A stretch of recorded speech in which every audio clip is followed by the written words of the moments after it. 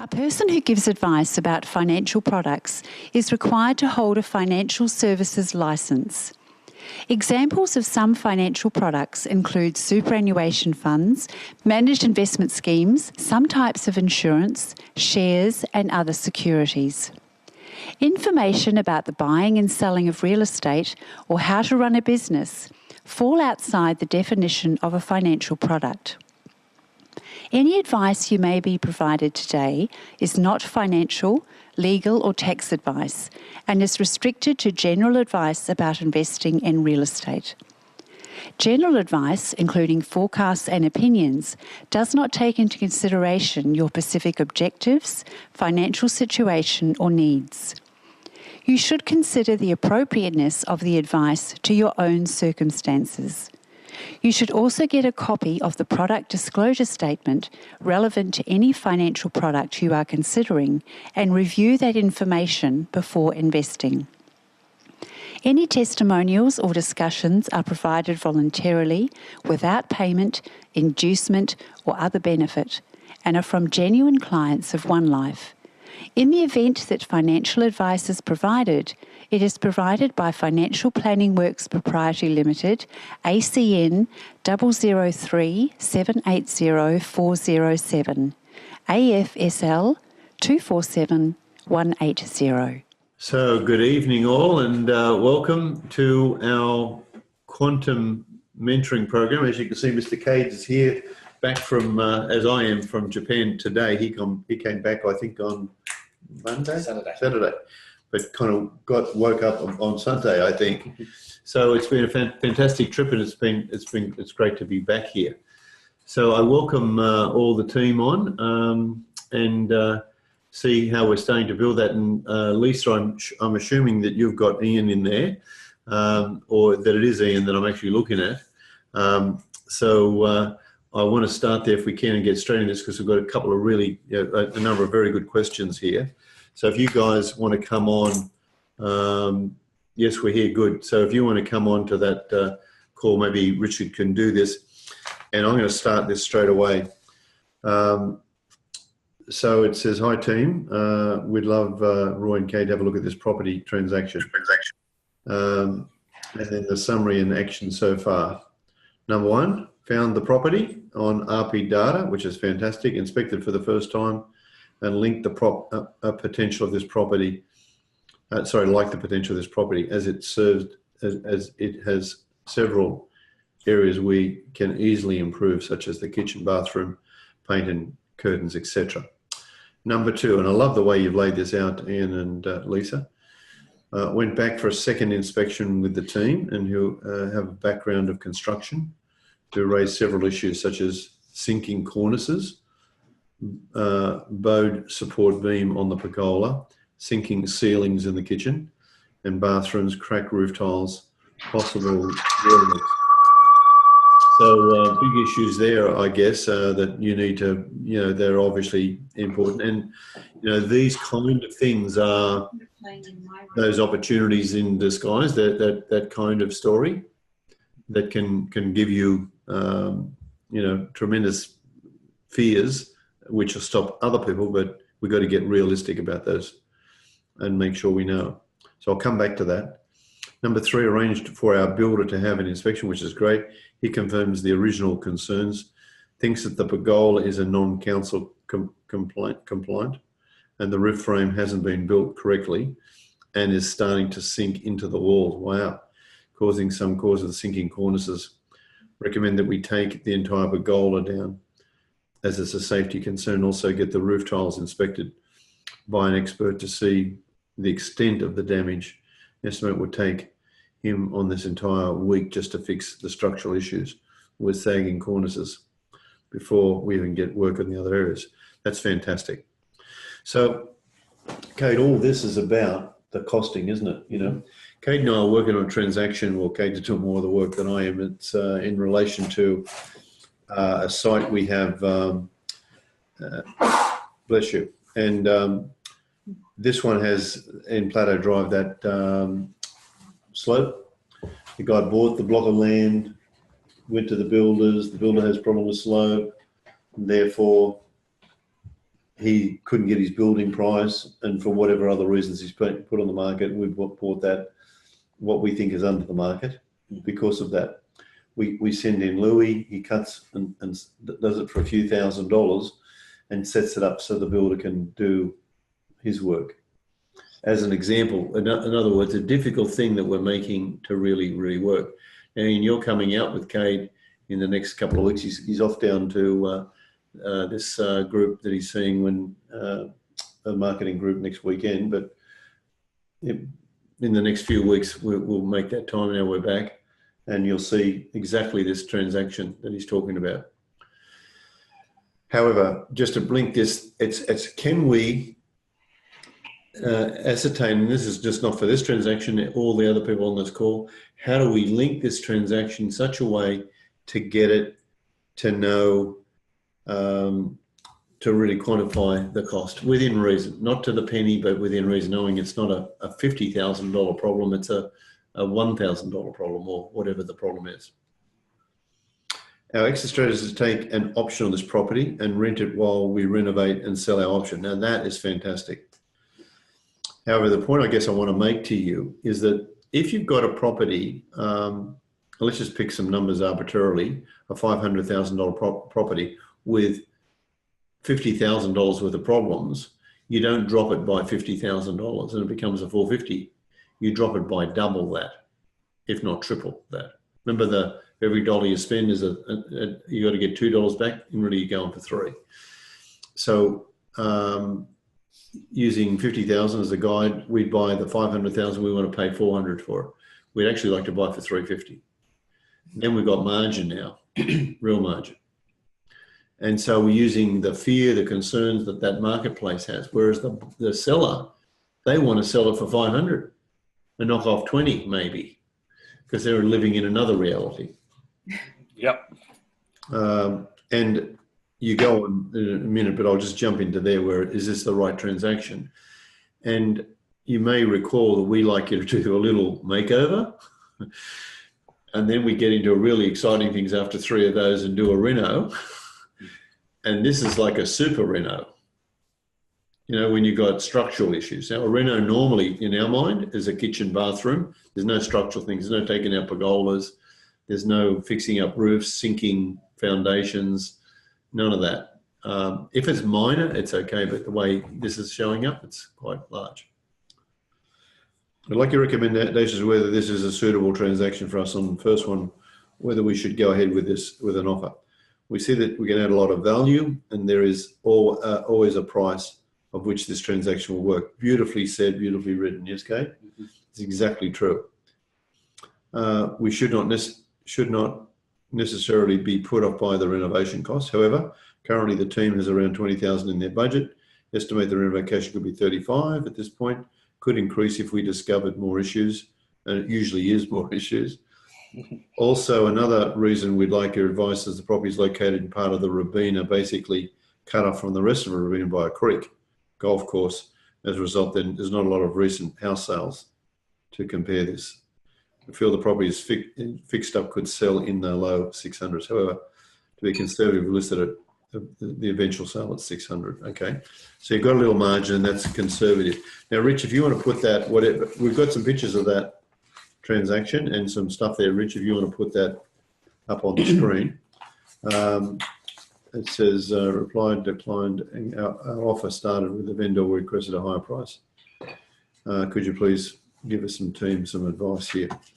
Now, if we start looking at what we've got, there's the house, everyone. So, or a picture of the bedroom, and it's a corner place in a cul-de-sac. Looking at that shot to the high right, and there's the house. So there's no land we can develop, but there's the house sitting slap bang in the middle almost. If we go down, Rich, to the next shot, whatever we have, if we have some other shots. Yep, that's a great shot there. And it's got solar power, looks like, on the roof there. And this, on the Robina sales, they're all 630, 605, 590, 640, 615, all fairly recent sales, all in the plus 600s. And they're saying, and of course that's appraised price, and it's just the odd suggestion, has nothing to do with anything, the 549 to 647. That's just, they're not taking into consideration the roof problem. With RP data, one of the things you want to look at is how old this house is. For that damage to happen, if it's in the 7-year cycle, it's covered under the builder's licensing problem. It shouldn't be sinking. How old is the house, Ian? Yeah, it's. I can't remember exactly. It's early 2000s though, so it's well over 7 years. Yeah. So let's say it was 2003 as just a story. It's 15 years old. That's still a young house, a very young house. Okay.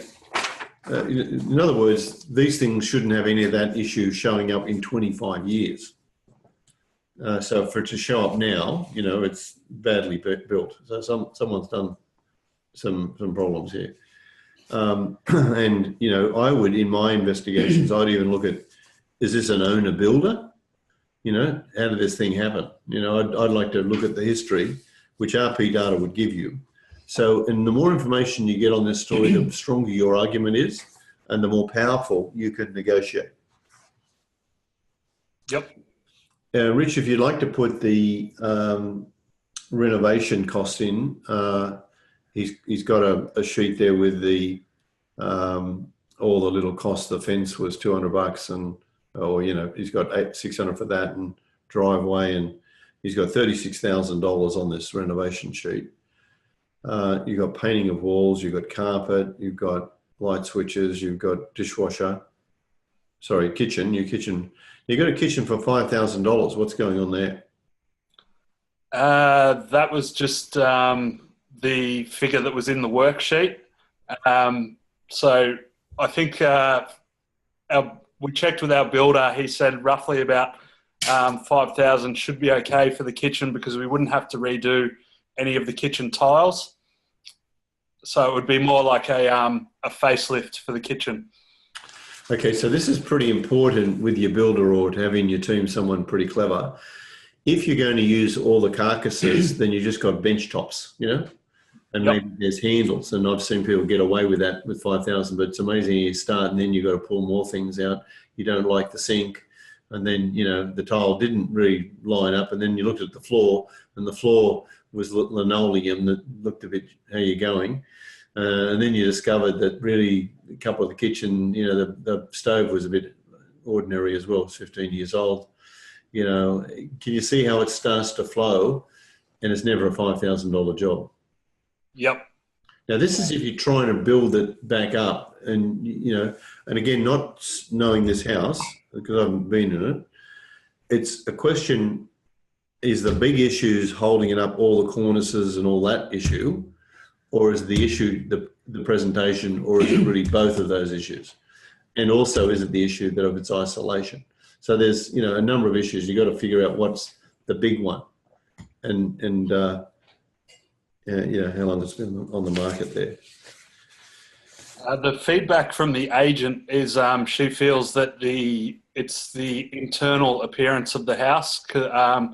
Everyone she's basically had through has said that they're looking for something renovated and ready to go for a family to move in, where they don't have to do any work to it. And it does present as quite an old-fashioned interior house compared to a lot of the other properties that we've seen in Robina. Yeah, cool. Well, that needs a lot of tender, loving care. Now, on your price, and you've put in 470. We'll have a look at this FISO here just briefly. Rich, if you just do the front cover of that. Thanks. And you'll notice everybody watching it, he's got 11% on that as opposed to a normal 20. However, it's got a $54,996,000 profit, if everyone can see that at the top. And that on an option, and the way you're talking is kind of good, it's okay. However, it's that risk factor of what are we getting into, because you can spend another 30,000 before you know it, And that's going to look really sick by that time. That's why the 20% needs to be up there. Now, I know you've been conservative on your sale price. However, you may well need to do that too, because you can, and I'm sure Kate will talk on this, you can make any feasibility work for yourself if you can convince yourself that you'll get six. And Rich, I don't know if you can do this because we never had to talk about this, but if you typed in, if you go to the top of this thing and where it says the sale price, he's got 600,000 on his sale price. If you typed in 620, you'd obviously add 20,000 to this, so it would add up from 54,000 to 74,000 straight away. And that would bring this probably closer to 15-16%. Can you see? Automatically, just by convincing yourself that you're getting that extra value. And you've got a target set there on profit of 10%? Yes. We is it normally 20, is it? Yeah. We've and you can do it, you know, and I don't know whether Rich has even opened that one up because you've given us this one, so he's probably just using yours. So we'll do it another time because Lance is not here. So Rich, normally what would happen, we'd just get a blank FISO, type it in, and we can muck around with it. But yes, you can just go into set target and you just press the button there where it says profit target. Yep. And Rich, if you can just bring it down where it says profit target and put your cursor over that, everyone can be on that same page where it says set target 10% and it says profit, that's it. If you can bring that up to set target and just put it over that. Now that's the land price. Go up a bit, that's it. Just come across now where you are, come across to the right. And it's got set target. That's the one there, got it. So, and you'll see profit target. If you press that, you can't, I don't think it'll change it, Rich, because it's been set. But if you did do it, it would show up and then you just type in 20 and that'll straight away change that. And it'll change the blue up the top to red. Now somehow or other, you get a possible transaction at 1,000 since he's hit that button, changed. Oh, that feasibility must be open. Yep, you've changed the land price, Rich, somehow or other. Take it back to the land price, that green one down the bottom, land price. Somehow that's come off. It should have had 470 typed in, land price down the bottom right hand. You type that in somehow or other. There we go, got it. So you actually have this live. So there you go, you're back to blue. If you type in where you were doing the set target and hit that button, you should be able to change that set profit target to 20%. You should be able to do that. No, it just took out the thing again. There's something going on with your screen. Yeah, don't worry about it. Yeah, 20%, and it's just a guideline. It's not set in stone. It's just there. Okay, now the next thing then to do is where you're up to with the real estate agent or the builder, or sorry, the owner, or where are we up to with an offer? What's going on? Okay, so yeah, we got on the phone, myself and a couple of the other guys from the team, with the agent last week, and basically I was mindful of what you guys said the previous time I was on the call, not to say a price first, no matter what. Correct. And we basically just wanted to speak to the agent and see if we could get in the room with the vendors and have a chat. She went back to the vendors and said no, they're not interested in sitting down with us. They want the real estate agent to handle all of it.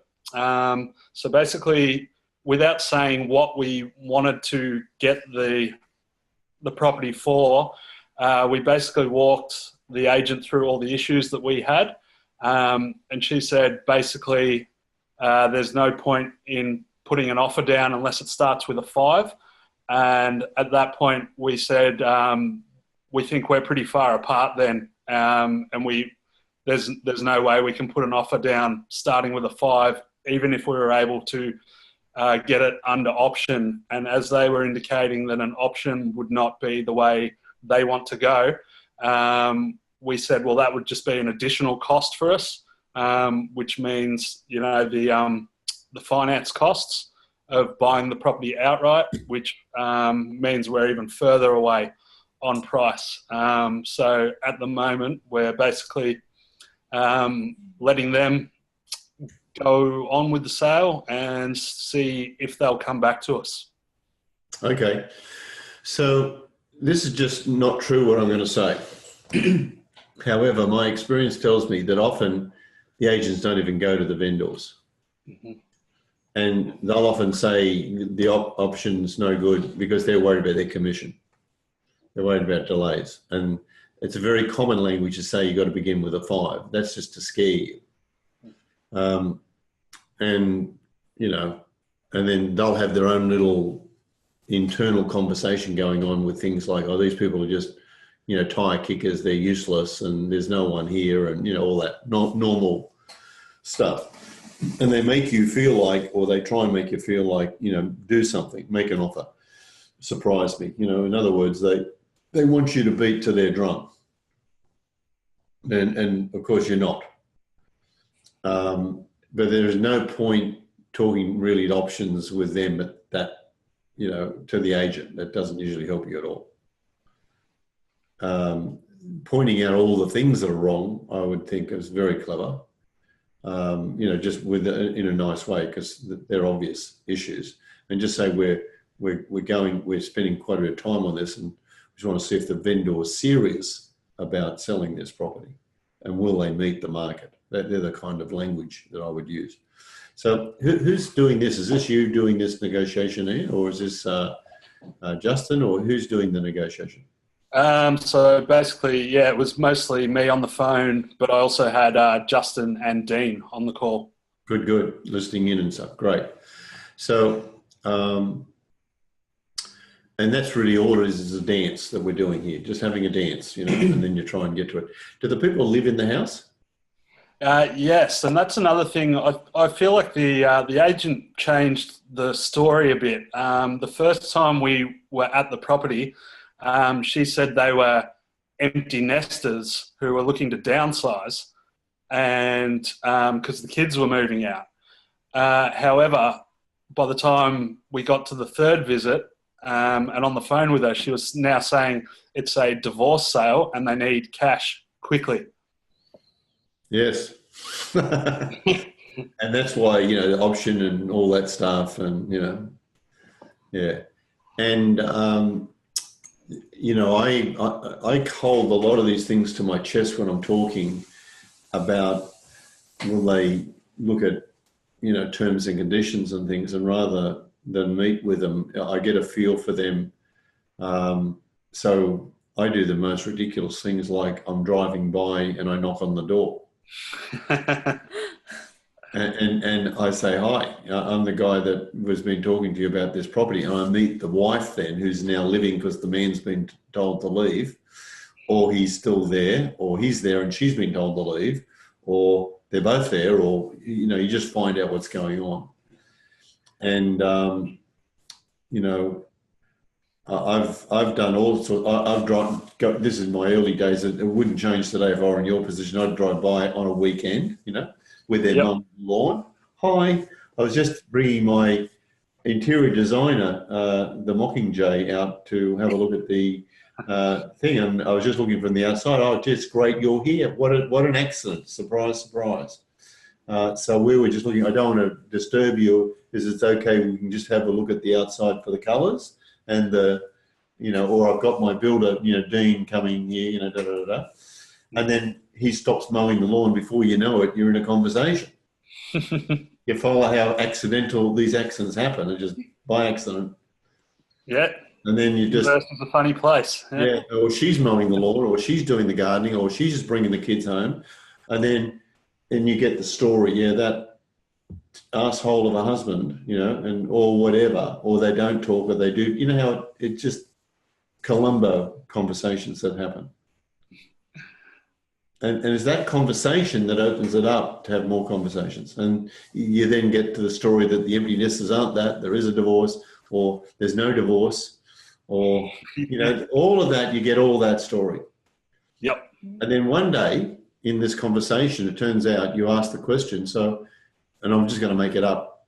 She wants it sold so they can split up the money or something. And then you have this conversation, you discover there's a mortgage on it and the mortgage is $450,000. And then you discover that at 500,000 is a figure, for instance, that they get 50 grand, which is 25 each. And then you can take the whole property off them for $25,000 each and take over the mortgage. You see how all that would only happen if you actually got to the thing, because they haven't worked that out yet. Yep. Or you discovered the mortgage is 300,000. Can you see each part of this puzzle gives you opportunity to deal with all this? Yeah, absolutely. More options. Yeah. And that's what that's about, why it's important to get to that drive-by and, we just got the interior designer here or the exterior designer, we've got the builder here, we're talking and having, we call it the cup of tea meetings. And we don't go into that conversation first up. We just keep going by, and before they know it, you're their lost friend. But every time you show up, it shows you're serious about it. And you keep saying, we're serious about this transaction, we're trying to make it work. Are you serious about selling it? Yes, we are. You know, good. You know, you keep going serious. Kate, over to you, just some observations, because we're in the dark here. We don't know really what the circumstances are. Sure. I think the good thing about this transaction, Roy, is it's an actively trading market, which makes the process of working out what is the market quite simple. Showing the feasibility you guys showed before, it's not rocket science to work out what is the fair market value for a 4-bedroom house in Robina. And we actually happen to have offices in Robina, and my personal principal operating address is in Robina for the real estate agency that I own and operate. So we know this market, and the most important thing is always understanding the market and working backwards. So well done there. This is not specific about this transaction. This is just a statement I'm going to make to give you guys some information here, just so that if this transaction isn't the one that ends up being the first transaction that you guys get to do, that you can learn from this and use this information towards your next one. Sometimes when there's a bit too much information in the market, it takes out the vagueness, and that's where you do need these extreme situations like severe divorce sort of situations, or just some kind of crazy urgency to be able to buy the property for far enough below the market and create enough value in your acquisition. So it's not that it is impossible, and it's not that it won't happen. So please proceed with what you're doing here and definitely get the learning out of this.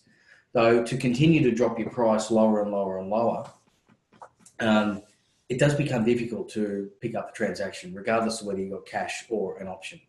And the reason being is it's such an active market. There's so many buyers in the market, and the cheaper the price gets, the more buyers that would be interested. And I would suggest that if you were to try and purchase this property at $450,000 or less, you're going to find some pretty fierce resistance, not only from the seller, but from the agent, because they'll have other buyers through the office who they'll quickly be telling about this. Personally, I started out as a real estate agent, and I remember when a transaction was too cheap, the whole office was all trying to buy it. All their friends and friends and friends and friends were all trying to buy it. And quite often, some of the transactions get the best price just because so many buyers get so interested so quickly. It's actually the principle behind auctions. So what I'm saying there is not that this is the wrong transaction, or it's not that it won't work, but just be aware of that when you're trading in these active markets where it is easy to work out the end sale price. It does become a little bit more difficult to find the transaction under the market. Not impossible, but you might just go through the process where you're continually making these offers and you just don't seem to be getting anywhere, even with divorce and even with mortgage and possessions and even with all these urgent situations. And if that does happen, heirs especially, we've seen before, they give up. And they give up trying to acquire transactions. So the strategy that I would suggest that you change if you don't find the right transaction as Robina is the surrounding suburbs. You know, when you go west up into the hills, places like Mudgeeraba, Reedy Creek, even further out the back of Nerang to Highland Park, some of those areas. Use Robina as your core area. Do what you can to pick up the transactions there. But you're trading in some of the most actively trading property in all of Southeast Queensland in Robina. So run the process, but then take the process and go to an area where when you look from the aerial vision down, you don't just have piles and piles and piles of activity going on. And that might help you just with your acquisition. Yeah. So just on what Kate's saying there,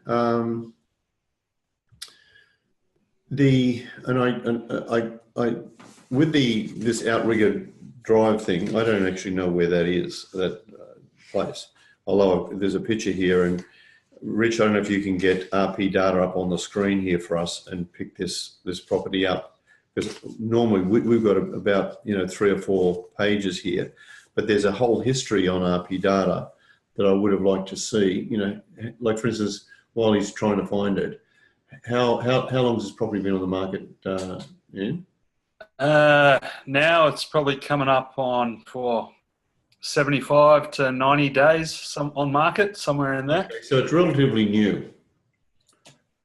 Yeah, and one of our criteria is the older the better, the ones that have failed. That's big criteria here. So even 90 days, they're kind of still thinking this is still okay, and they're just getting the normal terrible feedback. So what I believe has happened here, this is not true, what I'm going to say, but the agent may well have promised them the world, we'll sell this for you, yeah, it's got a few little challenges, and then she comes back, or he comes back with, the market's telling us that this work is, because all these people are going to get builders reports, and if the lender wants to lend, they're going to want a builder's report, and they will discount the lending based on the work that needs to be done here.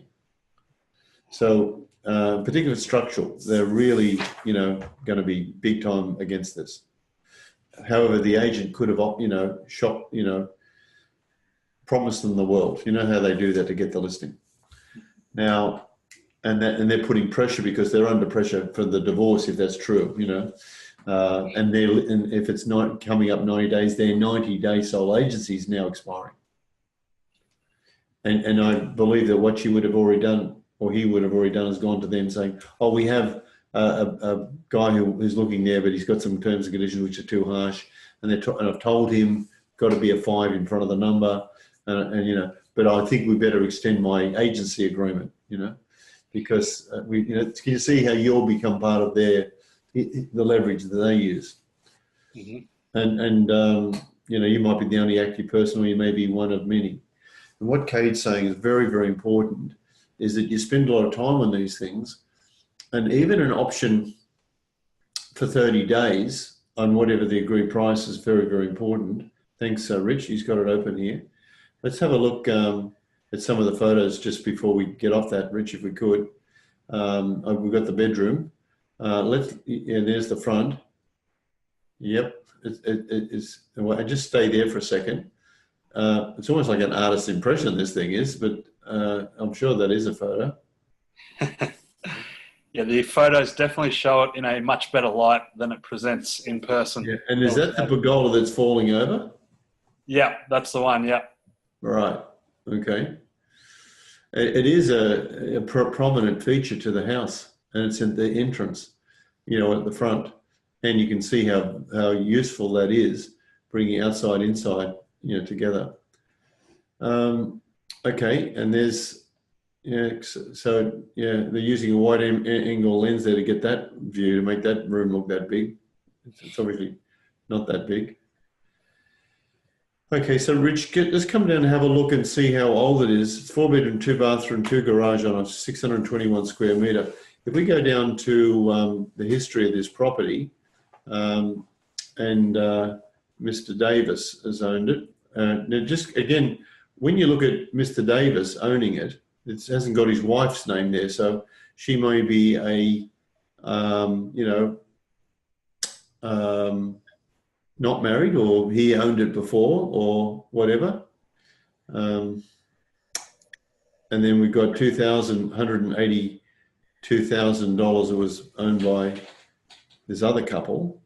what do you reckon? Is that just the land? Would that be the land and house back then, Kane? Was it 18 years ago? Or was that what that was? 2000, yeah, it would have been about 182. Yep. So the land, or you mean the house? No, house and land. Yeah.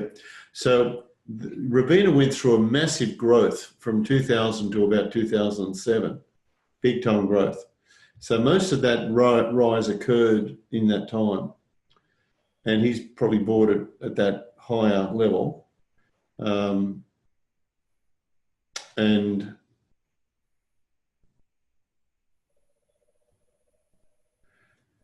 sales history. So let me just read this correctly, because it's not the current owner. If you go up, Rich, the current owner is not Adrian. The current owner is a guy called. That was a vendor. Yeah. Well, ownership. See, it's in the name of Davis and Davis. Yeah. So, but I can't see where they've got the sale price of this property that what Davis paid. Oh, right. That's what I'm looking for. Usually further up, isn't it? Further up the page. Yeah, just go to the top, Rich, and see if we can get it. There it is. Okay, that was the last sale, but that's what they paid, 182. Okay, off the other couple. Okay. Yeah. Okay, so this is starting to tell me some things about this, that the other couple owned it before them, and they've owned it. That's 18 years, so that's 2000. So how long was it built before that? This is the research you need to know on how old is this property, because that's going to take into consideration. You see where it says Robina's 5 years is 35% change in price, 10 years 2.8, and there's the rental, the median rent 560, and days on the market 32. That's just giving some quick stats. It doesn't seem right to me. The 10-year thing. The 10-year would have been, I think it's the reversed. And this is why you can't trust all this detail, but it's there anyway. Let's have a look at the CRM. Rich, if we can just go there. I just want to have a look at what's going on that property. Can you see with the CRM, it's under property tasks, sort of middle right of that page where you are. Now, yeah, so only early days with the on the market, so in one sense, a bit of cat and mouse we've got to do here. We've got to let it sit for a bit, and hopefully they get it sold. And the real hope is that they don't get it sold, and they're using you already against other buyers. We have other interested people trying to make offers here. So if you're serious about it, let's get you underway. That's what they'll be saying to someone else, using you as this other person who they don't actually have an offer. But they won't say that. So Rich, I don't know if you're not moving your little, there we go. We're up here on this CMA report. That's it. If you go up to the left, there it is, CMA. And it's a different report. Target property, recent sales, current listing. Let's go to current listing. 3 months.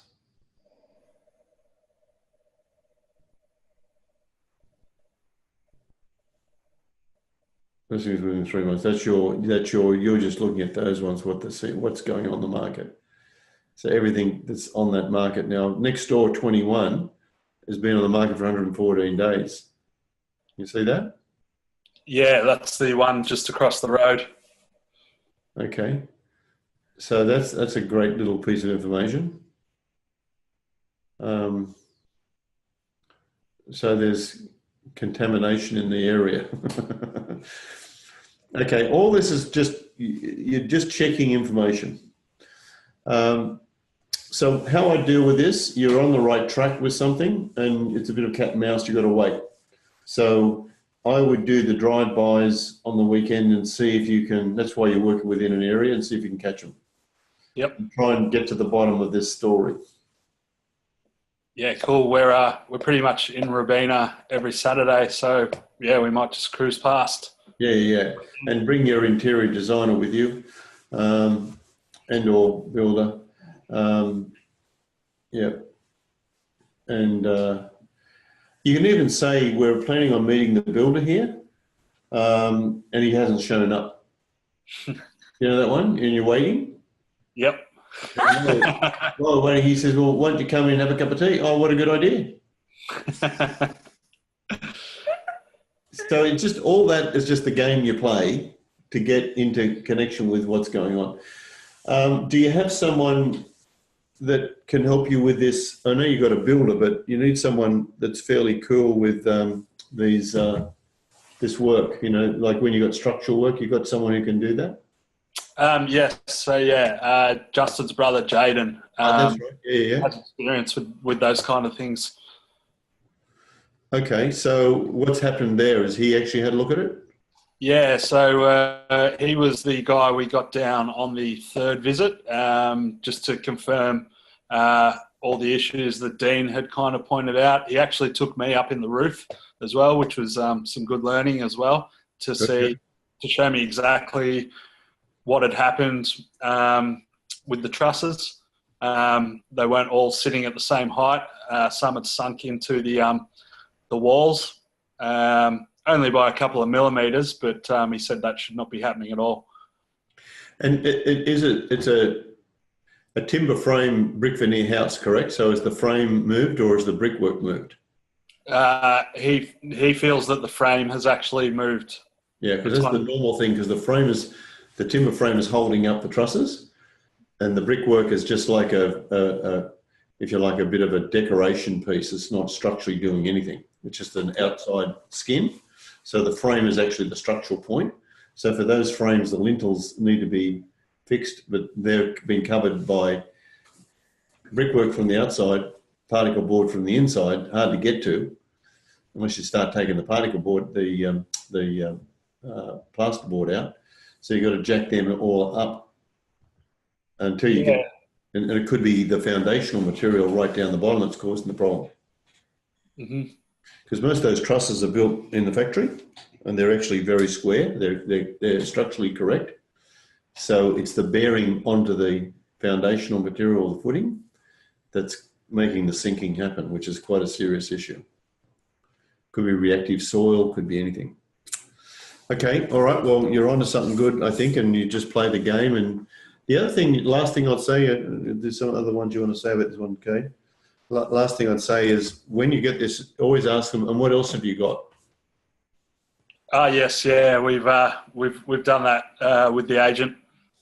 And you know, does that same agent have the one across the road? No, she doesn't. Okay, and let him know that you've looked at that too. You know, there's a couple of places here. You know what's going on. That you're serious buyers. You're not stupid, but you're not being, you know, aggressive. You're just being cool. Okay, all right. So has this been helpful? Yeah, absolutely. Thanks, guys, and good to see you both back. Looking well. Yeah, good. Yeah, it was great break. Fantastic. Thank you. Good job. Awesome. Thanks, Troy. Thanks, Cade. Okay. Now, Madeline is the next one, and I don't know whether she's actually on this call.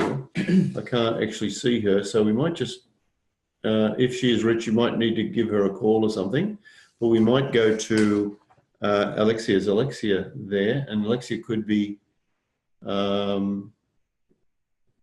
if Alexia is there. Okay, I'm here. Okay, who's that? That is Madeline. Oh, good. I'm here. Okay. Oh, there you are. Gotcha. Okay, so let's say hello to her, and get on this call. And while we're doing that, she's got I'm wanting to get an opinion of an offer I put forward to on a property in Varsity Lakes from JC Property Group Property Council. The vendors are very keen to sell this property due to the building a house on their own, and we're willing to accept any reasonable offers. I love that kind of any reasonable offers. They'll accept reasonable offers. I love that. Or all reasonable offers will be carefully considered. That's the other way of saying that. They just want to get to talk to someone. Property needs fresh paint, modernised kitchen, bathroom update, just to name a few. The property was in a prominently good condition. Otherwise, we inspected the property in February, 10th of February. Had a team meeting, completed 2 feasibilities, see attached. Submitted the offer, see attached. Within a week, the real estate agent replied declining our offer, stating the vendor was requesting a higher price and a better contract conditions. If you could please provide the team with some advice. Okay, hey, so you've got your FISA. We might have a look at that. You've got FISA 1. How are you feeling about doing this? Adeline, you enjoying it, the process? Yeah, it's. I'm also part of Justin's team at the GI Council, so we've. We're doing regular calls and really delegating tasks well. So yeah, it's obviously there's so many steps involved, but it's all a learning process, and we feel like we're definitely seeing that we're improving in our negotiation skills and just in terms of feasibilities and everything in general. So it's been fantastic. Yeah. So this one on the feasibility that I'm looking at, and again we'll get up on the screen, this one's got a 20% return at $40,000, and you've got it selling for $399, and you've got your buy price at $340. Again, using an option, no stamp duty, no nothing on that, which is great, with some pretty low reno costs of $7,300. And that was your offer that they turned down. What did they have on for their ask price on this one? It was actually $399, I believe. Okay, which is what you think it could sell for if you got it renovated. So there it is, and there's the 20%. Everyone can see that 40 grand at the top there with the blue, and then the 399. You put that price, but you've added some value to it. Do you think? And I don't want to encourage you here or lead the witness. That price is a fairly conservative price, no doubt. Definitely. We all agreed that it was quite a conservative price, and they were very keen to sell the property. They were building their own home, and they were a young family, had so much stuff. It was just a very cluttered space, not really presented very well on inspection either. So yeah, it definitely would have had growth for an even higher price, we believed. Okay, and if we look at the RP data, is it a dual occupancy block? Because It's got 1 of 38 and 2 of 38, I guess. And RP data's got the value at that price, but it's got a range of 373 up to 429 with a 7% forecast standard deviation, and everyone remembers that 7% on the standard deviation, the lower the better, because it gives you more accuracy, and as you go past sort of 5, it gets a bit how you're going, and that's where the guesses are. So Rich, if you want to open up the RP data on that one, you'll see that, and you'll see the drawings there. That'll be good. So you're in the right money, there's no doubt about that. So when we see the photographs, when Rich gets the RP data open, we can kind of get a bit of a handle. Is there 2 reasons why you've given us 2 copies of this? Or so? There's 2. With the feasibilities, or yeah. Yes, I believe. Were they different feasibilities, or were they the same? They should have been 2 different ones.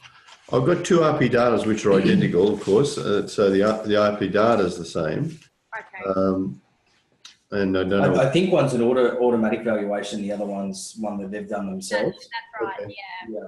And just a quick thing on that before we miss that, Maddie, is when you're doing your own comparative market analysis, the number one thing you want to know is what is the market, not is what's for sale. And when you go through this one, and this is just to help you, I only noticed 1 property there that's sold, and then there is a page of properties for sale.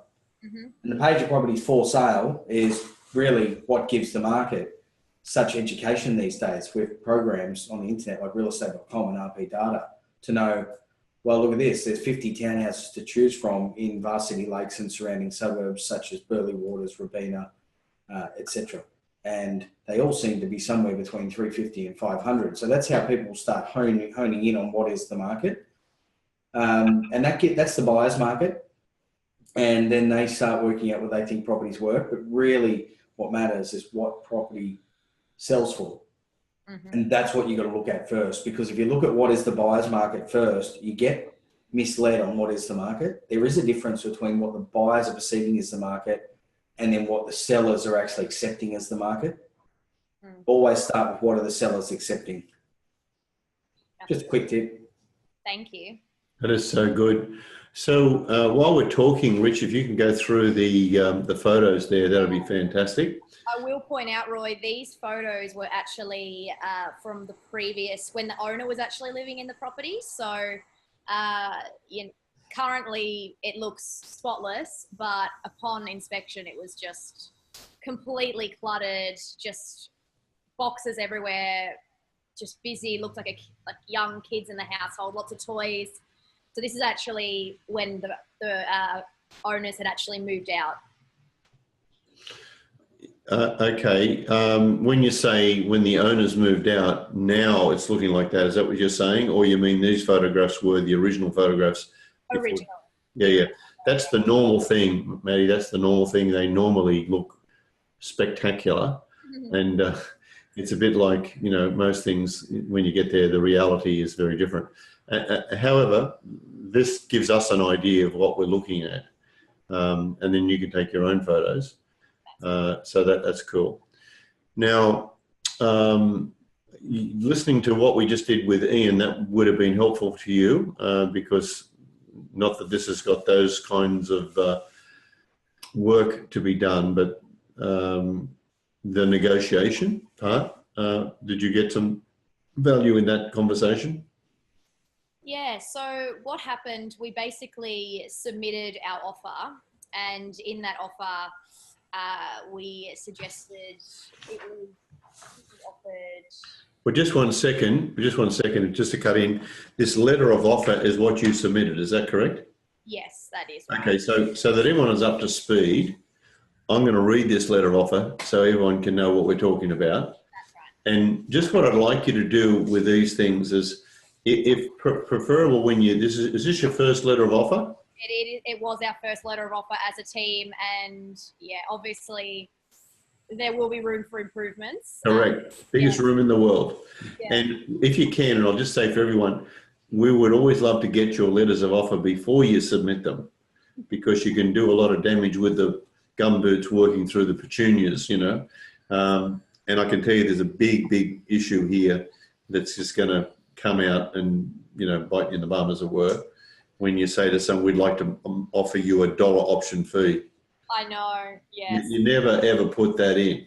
Yes. You can write words like, we'd like to get an agreement with you. You remember in the training, even at Life Magic, before we even get to quantum property, we talk about an agreement.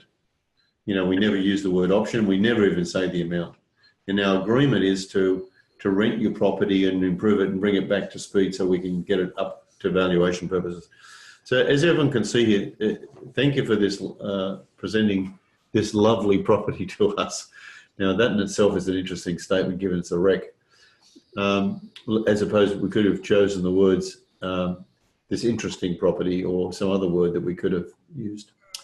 And we would like to thank you for your suggestions on how to improve the property in its future in order to increase the value. That's a great little statement.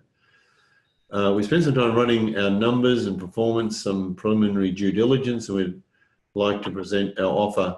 And again, you don't necessarily have to say this offer yet. That's the last thing that ever happens. You can just say, we're interested in purchasing this property. However, we've got some conditions. They're the words that would have gone in there.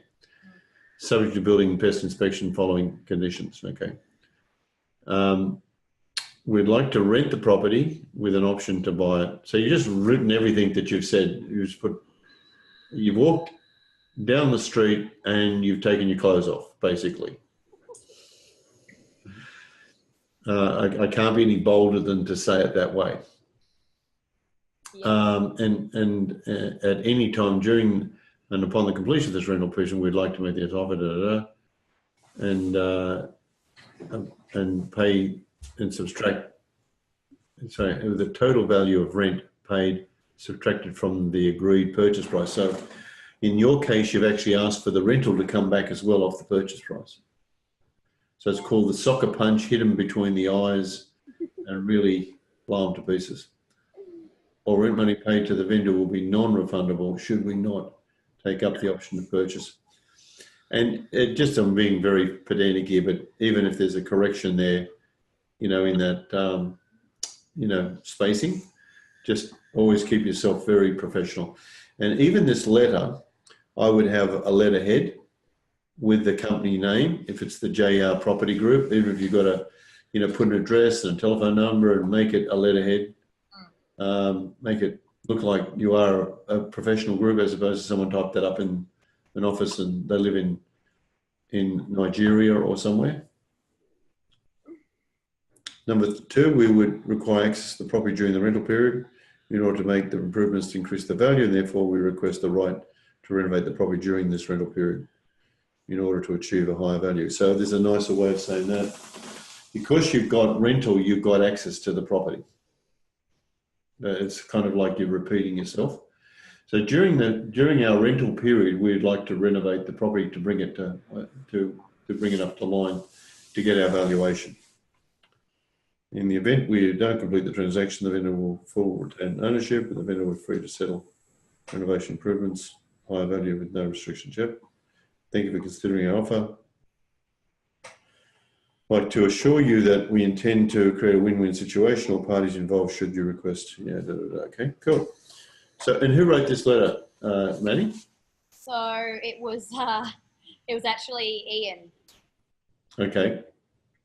So he's been named as the co-conspirator here, and a great opportunity for first time, and someone's got to start the first one off. So that's exactly right. Well done.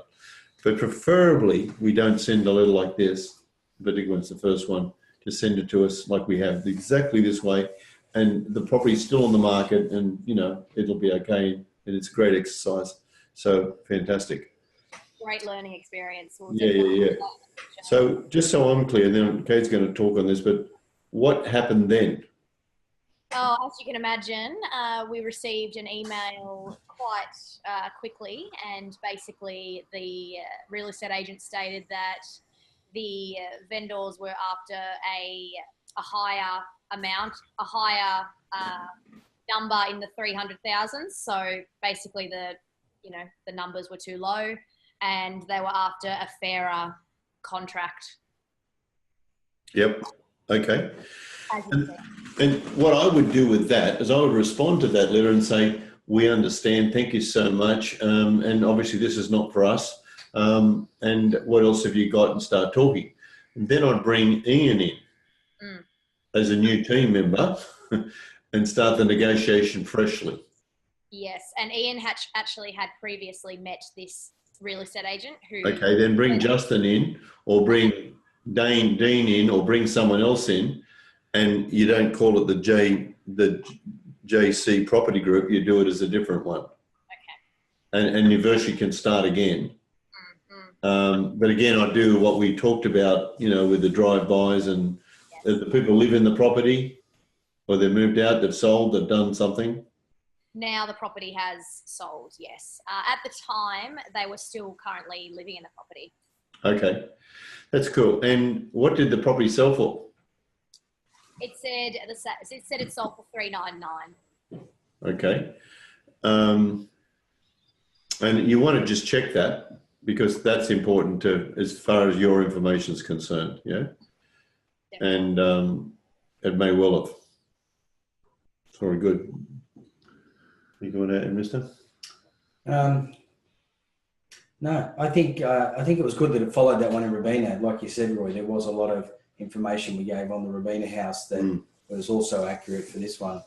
I guess the only thing I'd say, Matty, is as much as Roy and I got to go on this beautiful cruise recently, how was that cruise that I caught up with you guys on? Active Christmas. Amazing. Yes. Oh, Hamilton Island was just incredible. Did you two have a nice time as well? We did, yeah. We're just having private conversation, Roy, because I go on other cruises than ones with you. What? Yeah. You two-timer. Yeah, I am. Yeah, Jamie, my partner said, that's Kate over across from us. I said, really? And as Kate was walking down the stairs, we caught up and had a chat, which was nice. Fantastic. That's good. That's good. All right. Well, I'm very impressed with this active team that's going on here with you guys, and it sounds like things are starting to happen. So it's good, and to keep it up with the transactions. Definitely. And it's like 100 of these, you're going to get one. I've never got a person who's done 100 ever. They've always got a transaction. Absolutely. In fact, the highest I actually got to with one group was 57. Oh, wow. That was the highest we ever got to. And he did 3 transactions in a row straight after that when he worked it out.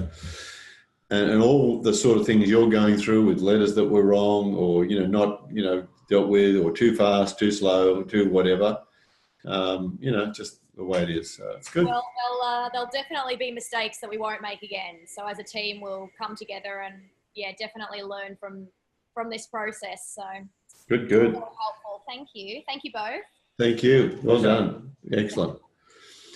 All right. So the next one, we've got Alexia, and I don't know whether Alexia is on, but if she is, I can't actually scroll thing to the right there. Oh, that's why I can't see. Yeah. Okay. And it may be someone else is there, but Alexia, if you're on, just say hello to us.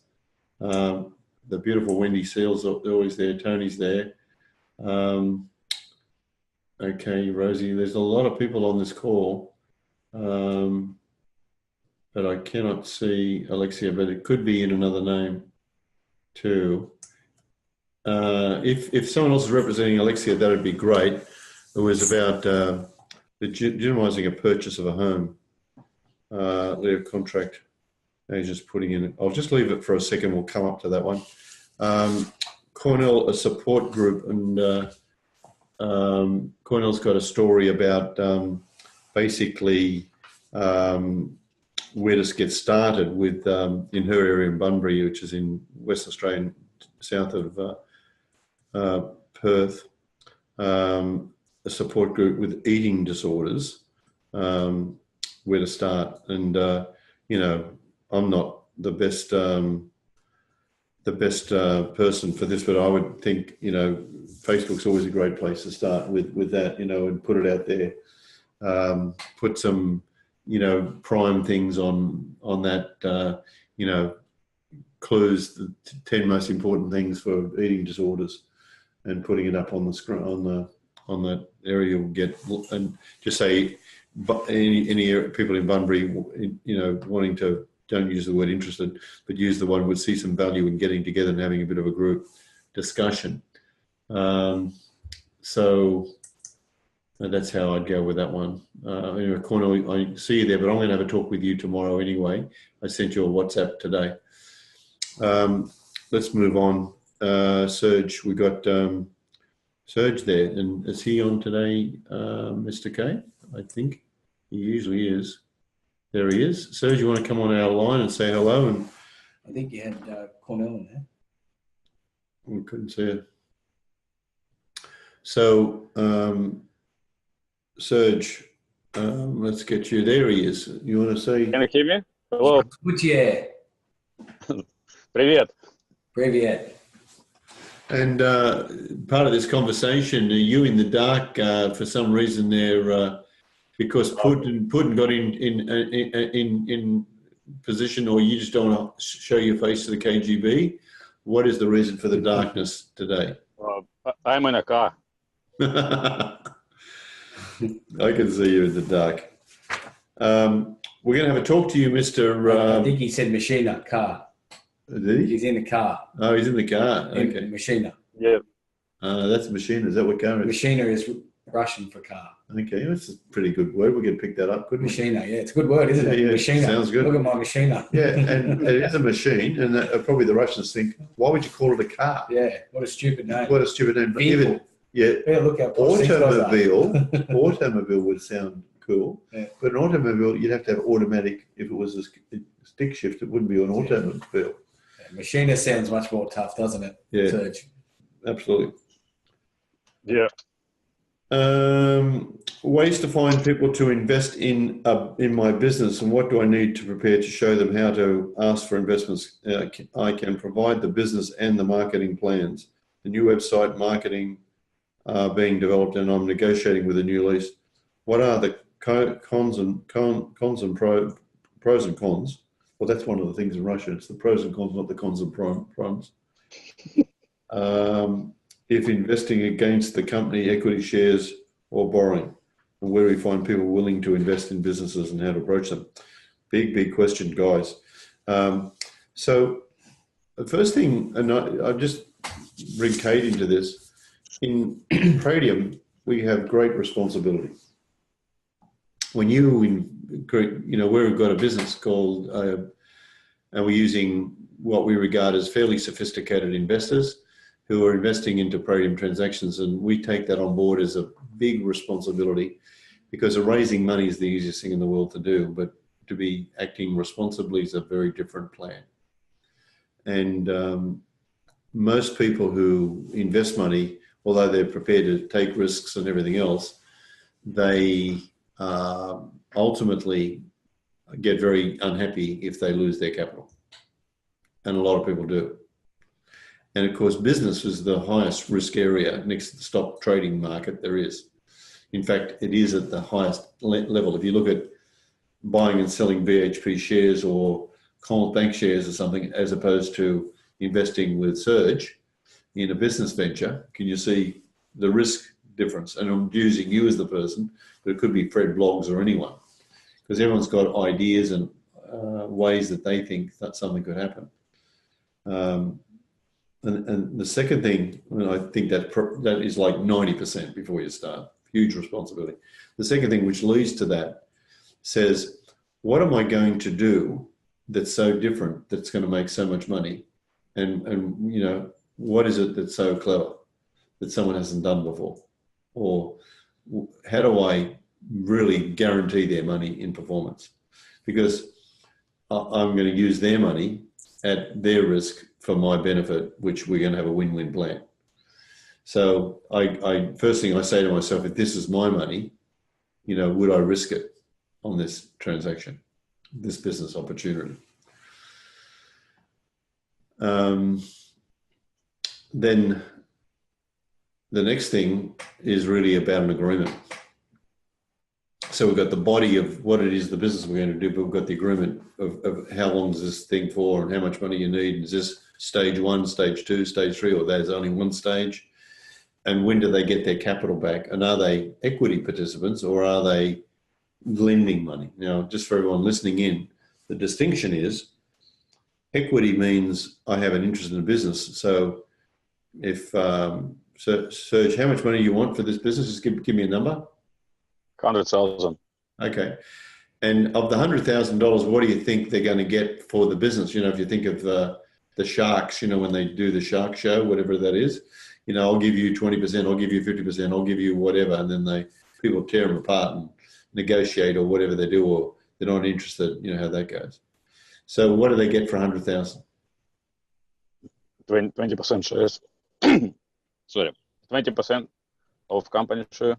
90% or 80%? 20. 20. Oh, 20. Got it. So that tells me that the business is worth $500,000 in your mind. In other words, you've got a business idea, blue sky, equity, value, $500,000, and you're selling an interest of 20% for $100,000. The next question you say, what do you do with the 100,000? I spend it and I take my wife to Russia. Or you say, no, I'm going to invest this money in the business. I'm going to buy stock. I'm going to do development with it. I'm going to do whatever. So that's a different answer to money. Do you understand? In other words, it's not only equity, it's capital invested into the business, back into the business that they get. So you're saying I've already invested 400,000 in some form, either with intellectual property value or I've actually done this development that's worth all this. Kate and I are talking to a builder who wants us to take over his building business, and he was talking to us about $350,000 worth of intellectual property, computer-driven stuff, right? And he wants to give it to us so he can build some houses. Because he doesn't want to do the building anymore, but he wants someone to run it, and he wants his father-in-law to work, and a whole range of things.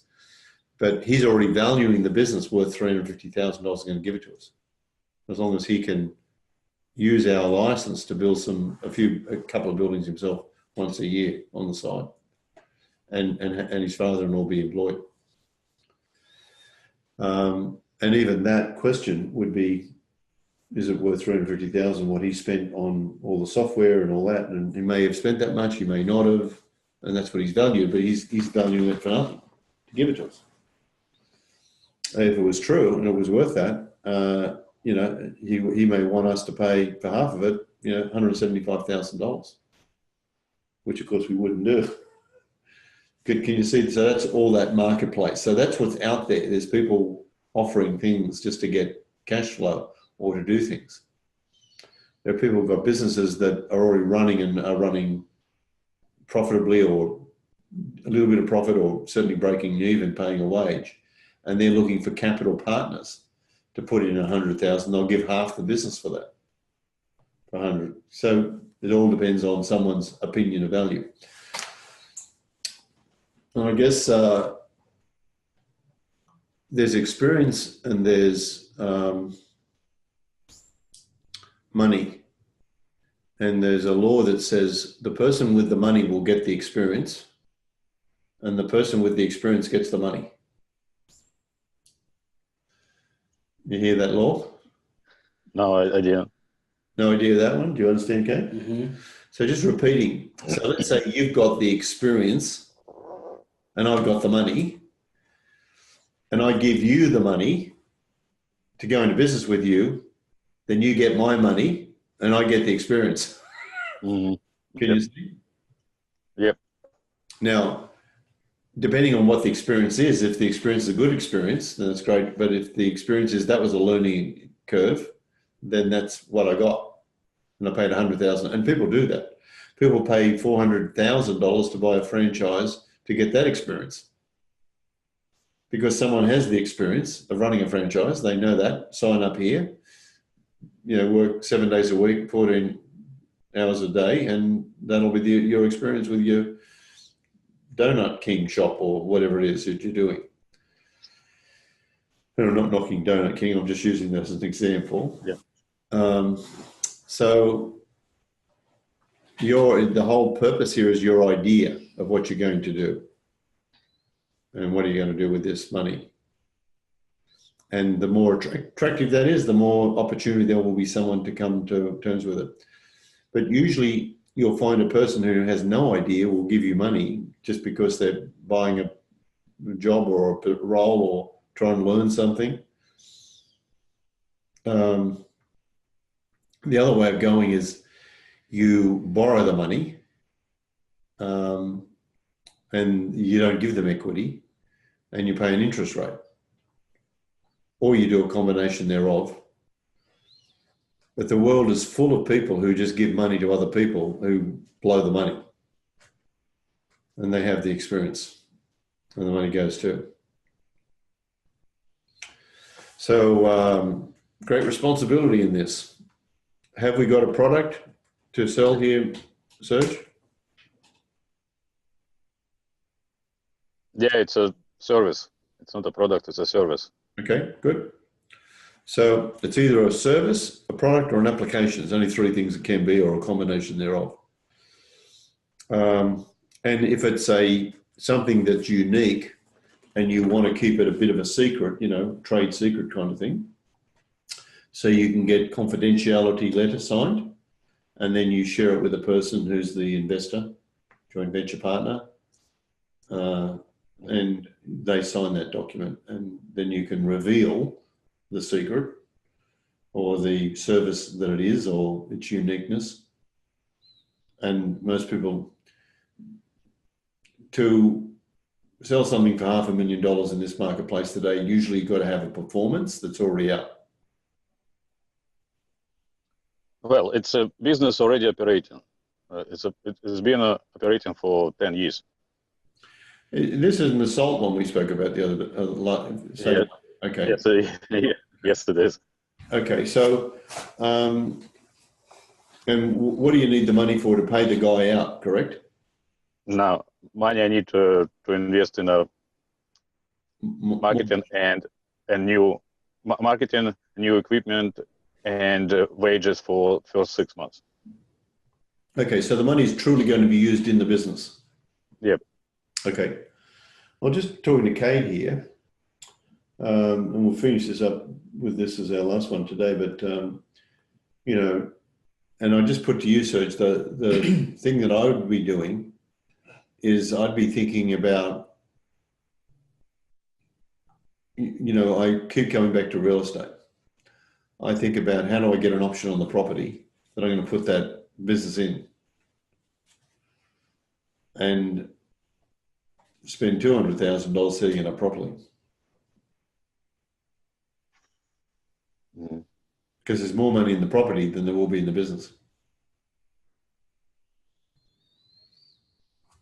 And, you know, if it really is good, it'll work wherever you put it, as long as it's got traffic to that or it's convenient near a train or a shop, a station or something. Well, I have an agreement with another business owner who runs she runs similar business in similar suburb area, and she owns the premises as well, and she wants to sell premises with a business. Good. That's good. That's one I'd like to look at. And also but she also wants she wants more to do a joint venture, like maybe combine two businesses together under one entity, under one roof. No, that's great. So that would be a really important conversation to have. And you know, you'll find that it's easier to range that money against the building and adds a little bit extra in for the business than it is to try and get the business with a rental property. Because you've got something really solid there, you know, there's something, a fallback position of real equity. Yep. So, you know, very powerful. And maybe we can have that on our next conversation with you. Okay. Cool. So, just a quick question. But actually, how do I find these people who is investing the money into the businesses? So I just use Google, type business investors. Yeah. Well, the things we talked about tonight are intertwined. You'll find if you've got a good, solid story, the people will show up. Mm-hmm. If you don't have a good, solid story, it's very hard to find them. You're kind of scraping the rotten barrel. So it's almost like, you know, when you think of a table, when it's got one leg, it's hard to stand. It falls over. It's got two legs, still can't stand. Three legs, you can actually have a table stand with three legs, even if they're even different height. But four legs, same height, strong table. Yep. And the legs of the table are all the things we're talking about: marketing, operations, finance, administrational areas, including the property. Makes the table strong. So the people come out of the woodwork, if you will, because of the table being strong. But there are thousands of people out there, you know, making offers, and it's actually technically illegal to put a prospectus out to somebody in the marketplace to have them come into an equity position unless you know the person. In other words, you've got to have a prospectus if you're going to go into business. Now, you can get it, they call the free kick once, you know, to say, I met this guy across the road and I talked to him, or, you know, but if you advertise, you're going to the public and you're making a public offer. We're not lawyers here to give you this advice, but it's quite, you know, it's got to be under the radar if you're going to do such things. And that's why it's usually someone you know, who is, by the way, still the public when you actually get it down to it. but it's not something you can put a billboard up there. Wanted investors. Technically, you can't do that, but people do it on Facebook and other areas. So, are you talking about when I get the business, when I bought this business, or before I bought this business? Either way, it's you. If you're trying to arrange money from somebody, it's got to be a connection of some kind. And look, there are many ways that people do that. People use business brokers to do that. You might use a business broker to find the property, and you might say, do you know some people who have been looking? Yeah, I've got a whole pile of them, and they can't find anything, and they've got money to invest. Can I talk to some of those, and you can have him be your introducer? Mm-hmm. So it's like an agent, who you go and talk to them, and you pay them a commission for the introduction of that buyer to you. Okay. Can you see how that could open up a can of worms? Yeah. You look very Russian there in the sleek vehicle, though, with the meeting with the lights. Very clean. Yeah, I think It's almost like a Russian roulette room. Yeah. You say hello to that beautiful wife of yours. She's a lovely lady. We're going to have a talk in the next couple of days. You've got a transaction that's nearly finished. It has finished. It settles tomorrow. So we'll be talking to you about that. Okay, cool. Thank you. Good talking to you. Bye. Bye. Anything you want to say on that one, Kate? Anything else? I did have a question for Serge, actually. I should actually put him back on, but anyway, just regarding when Serge said, I need to raise the money to pay wages for the next 6 months. I might not get the whole story here, but when you're buying a business, the cash flow of the business that you're buying should be paying your wages and creating a profit. So maybe it's because he's looking to expand the business and bring on more services in-house, and then he needs to build that market. But I guess we can talk about that on the next call that we have, because one thing you got to give Serge is his relentlessness and his commitment, and he turns up every week and continues to try and excel himself. So correct. Talk to you on the next one, Serge. Yeah.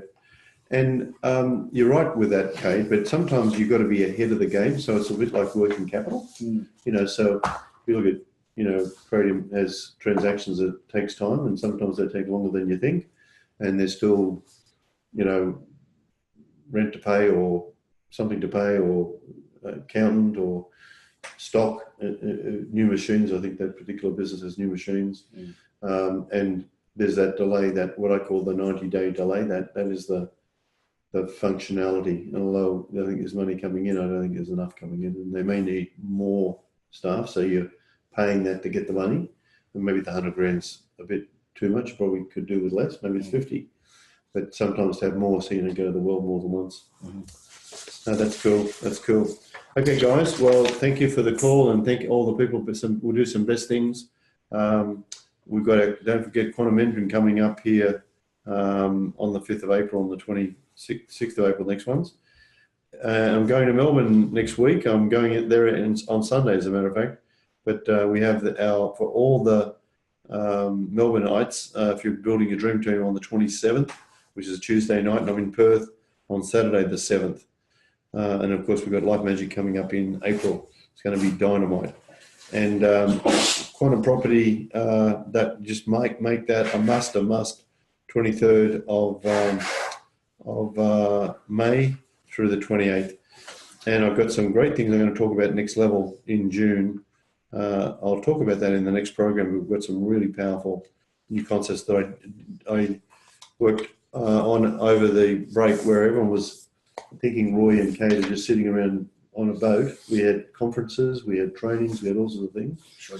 But I worked on a specific thing, which is some new concepts, and I'll share those with you on our next meeting. And it's going to be around the magnificent way of actually dealing with the mind and the body, and the differences that how things absolute certain that you can create in this.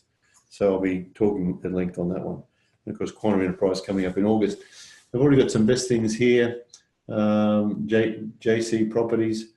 Must be the Jesus Christ Property Group, that one. So these guys walk on water, taking massive action. Yeah, that was a great thing from Siobhan and Michael, and a lot of ha ha ha going on there. Jedi Council. Yeah, that's absolutely true. Jedi Council. Yes, that is the Jedi Council. Jedi. Best thing, Mr. K? I think the best thing was, what was the best thing tonight? I think it was the fact that we were looking at some local property. I always like to see local property come up on the screen and the local marketplace. And as much as it's just down the road and around the corner, and I say this statement for everybody to really hear this, how quickly you actually lose what is the market. Yes. I had no idea houses were now selling for $600,000 in Robina, even though I have an office in Robina. Yeah. You'd think that I would know that local market, but it's because I'm not physically out there doing what we suggest that people do, which is looking at the RP data, driving the streets, checking the prices of the recent sales, doing the open homes and talking to the agents. Yeah. The agents working in-house with me, they're selling here, there and everywhere. They're not actually focused Robina agents. It's just where our office is. So you can be in a market and still not know the market. So just I guess a bit of a personal interest one there tonight, Roy. Yeah, and it makes Hull Street look really valuable. And oh yeah, some of our property, it's all going to go up tomorrow. Put it that way. And it is the market's the market, and you know you got a house that is more than 15 years old, more than 18 years old, probably more like 20 to 30 years old that they want this massive price. Crazy. There's a couple of things here. So the Jedi Council's doing their thing, and they've got here looking at the sold list first, then determine the market. Yeah, that's great, Dallas.